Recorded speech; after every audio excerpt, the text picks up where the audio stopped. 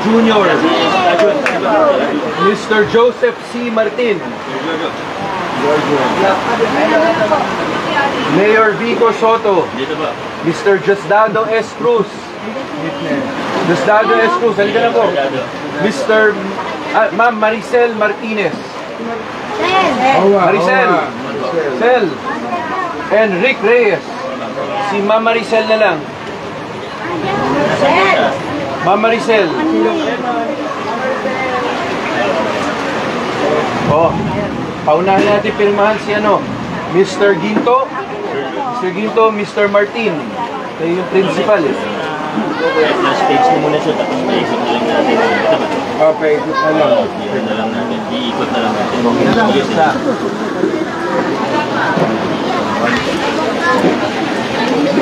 Pero dapat yung bawat paano. Iyan na lang natin. Kahit yung ano naman.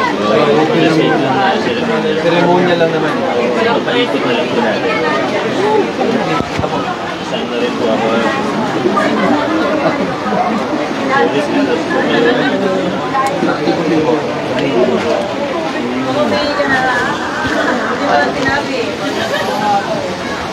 Magandang hapon mga kaibigan. Nandito tayo ngayon sa Barangay Pinagbuhatan, partikular dito sa Sampaguita Pinagbuhatan Neighborhood Association, at ito ngayon na araw ng agreement.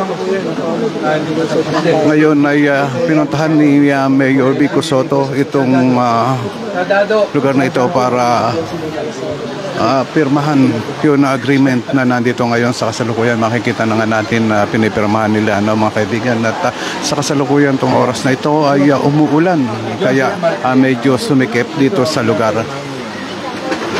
So, request ko na mag-sign din kayo kahit isa. Ito yun ang isang magandang agreement na ginawa dito sa Barangay Pinagbuhatan para para sa mga nakatira dito sa Barangay Pinagbuhatan, Sampaguita neighborhood, at ito yun na lugar ng masagana. Kung mapapansin natin, maraming mga nakatira nga dito, no? So ngayon ay 315 na lupa ang Maya Awards sa mga taga rito. April. Congratulations po sa lahat.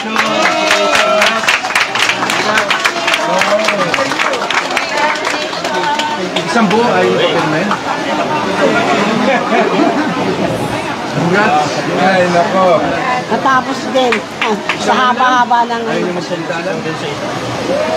Konting intro. Ayaw yung magano lang sa salita. Alam nyo, nasabi ko sa magkabilang panig, kailangan gawin nating en grande yung selebrasyon. Pero ang gusto ng magkabilang panig, simple lang. Pero mukhang iba ang plinano ng patron natin. Hindi ko pwedeng hindi kayo mabasa. Kasi bawat yugto na may agreement, lagi kami sumisigaw ng Viva San Sebastian. Viva San Sebastian. Kailangan po. Mayor Vico. Mayor Vico pa, continue. Iksiyan ko na lang po sa susunod, magkikita-kita pa naman po tayo. Maraming ibang pagkakataon para magbigay ng mas mahabang mga mensahe. Pero gusto ko lang kunin ng pagkakataon para i-congratulate po kayong lahat. At nagpapasalamat po tayo. Hindi ko nababanggitin ng isa-isa yung mga pangalan. Kasi ang totoo naman po, ito po, yung agreement po na ito ay mas malaki kaysa sa isang tao. Ito po ay para sa atin lahat at para sa mga kabataan na rin na taga rito po. Kaya maraming salamat sa lahat ng tumulong. Nagkaroon tayo ng mahabang usapan, nagkaroon tayo ng mga kompromiso na hindi talaga kung 100% na masusunod tayo, hindi talaga matutupad ang usapan, hindi mangyayari ang agreement. Pero dahil nagpagkompromiso po tayo, ay nagawa po natin. Kaya salamat sa mga kasama ko sa LGU, syempre sa puso. Salamat sa Sampaguita Pinagbuhatan Neighborhood Association, at maraming salamat sa tayo naman. Congratulations sa ating mga residente. God bless po. Tayo naman. Tayo naman. Next lang po. Una, ako kayo magpapasalamat sa ating Panginoon sa tulong din ng ating po sa Sebastian. Natupad na. Tapos na halos 4 na brigada na halos hindi na tutuloy. Pero ngayon ay natupad na.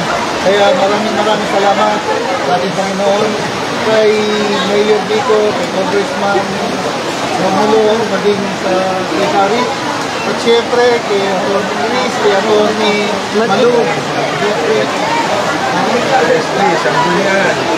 Sanggunian at Agency Kapitan.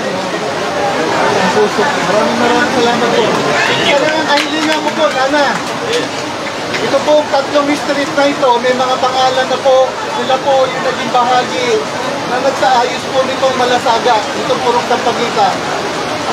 Huwag na po natin gamitin ng First Street, Second Street, Third Street. May pangalan po yan. Sila po yung develop po nito Sampaguita. Ito tayo naman.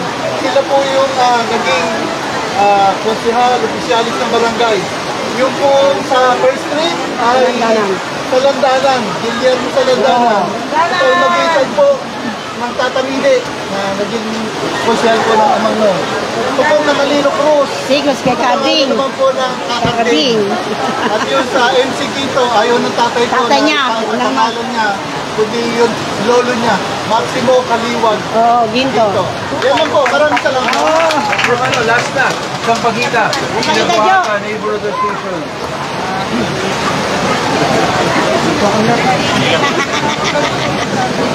Mga kamay, ito lang ho yun. Tuloy lang ho ito. Ito yung matagal natin gusto. Wala na.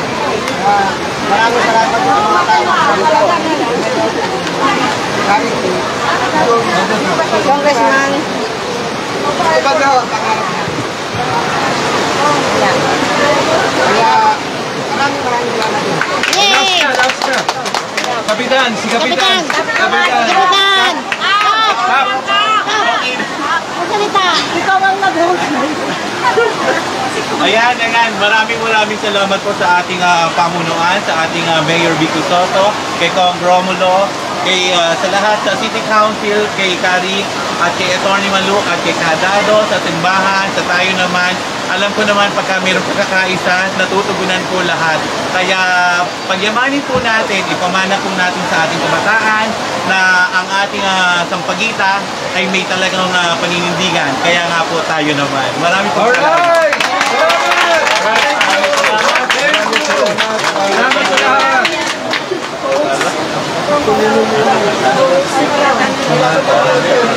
Salamat. O, picture lang. Huwag na kayo malis. May picture.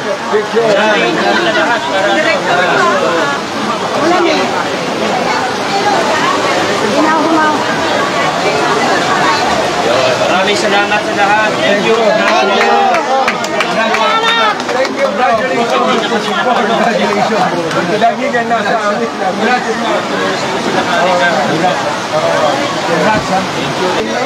Ay isang maganda itong pagpapakita na pag nagtutulungan, nagkakaunawaan, mas may mararating po tayo. Kaya congratulations, matagal na itong pinaglalaban. Ngayon nagkaroon na ng sakatuparan na magkaisa silang lahat. So magandang balita. Pinagpala pa tayo dahil umulan talaga.